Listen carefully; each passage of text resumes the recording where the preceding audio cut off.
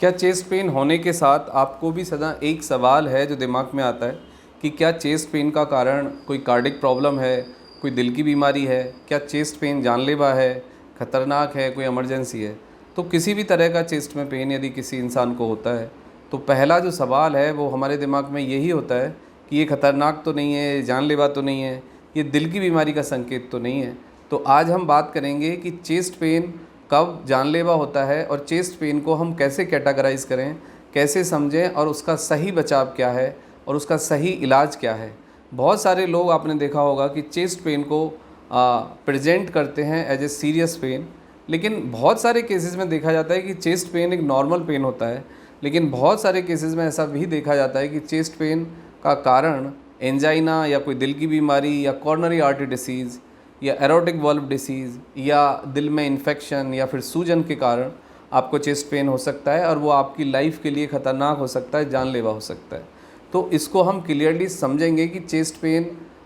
किस इंसान के साथ ख़तरनाक है, जानलेवा है और कौन सी ऐसी कैटेगरी है कि जिस कैटेगरी के लोगों को अलर्ट होने की ज़रूरत है, सावधान होने की ज़रूरत है और इससे बचाव की आवश्यकता है। यदि आप हाइपरटेंसिव हैं, आपको हाई ब्लड प्रेशर है, आपको डायबिटीज़ है, आपको ओबेसिटी है, आपको किडनी डिसीज़ है, आपको कोई फैमिली हिस्ट्री है और यदि आपको थायराइड है और लगातार आप स्ट्रेस में रहते हैं, आपको स्लीप डिप्रिवेशन है और आप स्मोक करते हैं, तो आप ये मान लीजिए कि आपको दिल के दौरे का जो रिस्क है वो नॉर्मल लोगों से 200% ज़्यादा है। तो सबसे पहली आवश्यकता ये है कि आप यदि इस कैटेगरी में आते हैं तो आप ऑलरेडी एक सेंसिटिव जोन में हैं और इस सेंसिटिव जोन में आने का मतलब है कि दूसरे लोगों से आपको दुगना खतरा है दिल के दौरे पड़ने का और दिमाग के दौरे का।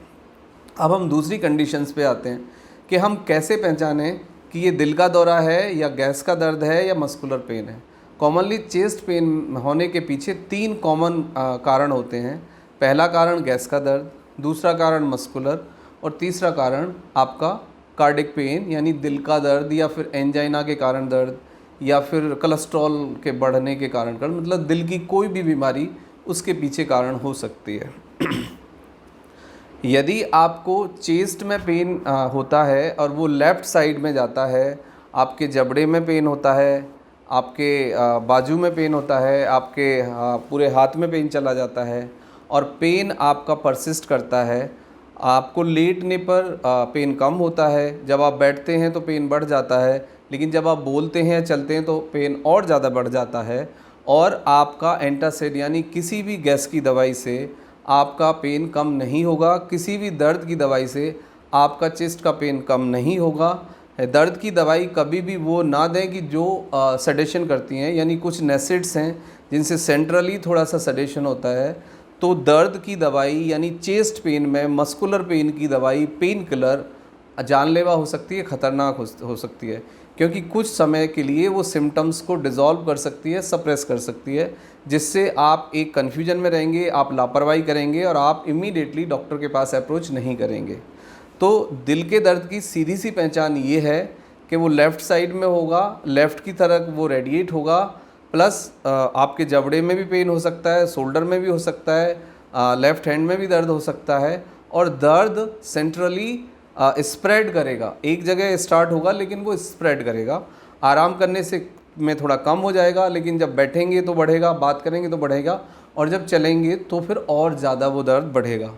किसी पेन किलर से या फिर एंटासिड से दर्द कम नहीं होगा। हाँ, डिस्प्रिन कुछ हद तक पेन को कम कर सकती है, उसके खतरे को घटा सकती है। तो यदि आपको चेस्ट पेन में दिल के दौरे के सिम्टम्स दिखते हैं और उस कैटेगरी में आप आते हैं, उस रिस्क जोन में आप आते हैं, तो आप एक डिस्प्रिन 1 से 2 डिस्प्रिन 100 ml वाटर में डिज़ोल्व करके पेशेंट को पिला दें। उसके बाद पेशेंट को immediately near by medical help के लिए जाएं, डॉक्टर से मिलें, इमरजेंसी सेंटर जाएं या आसपास आपके कोई फैमिली फिजिशियंस हैं तो उनसे बात करें, क्योंकि दिल का दौरा पड़ने के बाद में मैक्सिमम डैमेज आपका 2 आवर्स के अंदर हो जाता है। यदि 2 आवर्स में आप डॉक्टर के पास पहुंच जाएं और आपको ट्रीटमेंट मिले तो उसके बाद आपको नॉर्मली मेडिसिन से, लाइफस्टाइल चेंज से,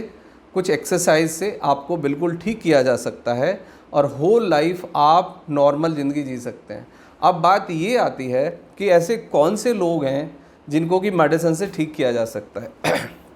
85 से 95% इवन 100% तक ब्लॉकेज भी है आपको, तो उसको दवाइयों से, लाइफस्टाइल चेंज प्लस आपकी जो हैबिट है या स्ट्रेस है या स्लीप डिप्रिवेशन है या अल्कोहल है या स्मोकिंग है, उसको बंद करके right food, right lifestyle, right medicine plus right sleep and the stress management, इससे आपके आर्टरीज़ के ब्लॉकेज को कम किया जा सकता है, नॉर्मल किया जा सकता है और 100% तक मोस्टली एंजियोग्राफी में या डॉक्टर आपको 90 के आसपास ब्लॉकेज बताएंगे, लेकिन 95 तक भी आपका जो ब्लॉकेज है उसको दवाइयों से डील किया जा सकता है। आपको एंजियोग्राफी कराने की या कोई बाईपास कराने की या सर्जरी की कोई आवश्यकता नहीं है, बट मेक श्योर करना होगा कि आप सही दवाई लें, सही परहेज़ करें, सही खान पान लें, एक्सरसाइज करें, मेडिटेशन करें, प्लस डॉक्टर से रेगुलरली टच में रहें, विजिट करें, टेस्ट कराएं, मेक श्योर करें कि आपका जो मैनेजमेंट है वो राइट डायरेक्शन में रहे। बट ज़रूरी इस बात का है कि सही पहचान पहले हो, तो सही पहचान के लिए लक्षणों को पहचानिए, अपनी कैटेगरी को समझिए और आप यदि उस रिस्क जोन में आते हैं तो अपने सिम्टम्स को अपने डॉक्टर के साथ डिस्कस करिए। पहले बार आपको कभी भी मेजर स्ट्रोक नहीं आता है। दिल की बीमारी के पहले भी हमें कुछ समय पहले कुछ ना कुछ संकेत मिलने लग जाते हैं, जैसे कि सांस फूलना, घबराहट होना, चेस्ट में भारीपन लगना, चेस्ट में टिंगलिंग यानी हल्का फुल्का दर्द होना, तो कुछ ना कुछ सिम्टम्स ज़रूर हमें मिलते हैं। तो आप अपने सिम्टम्स को पहचानिए, सिम्टम्स को अवॉइड मत करिए। यदि ऐसा कोई सिम्टम्स है तो immediately consult with your physician और the cardiologist, but make sure करें कि prevention is better than cure. यदि कोई प्रॉब्लम भी है तो टाइम रहते हुए उसको डायग्नोस करें, पहचानें और उसका इलाज लें। Thank you very much and take care yourself.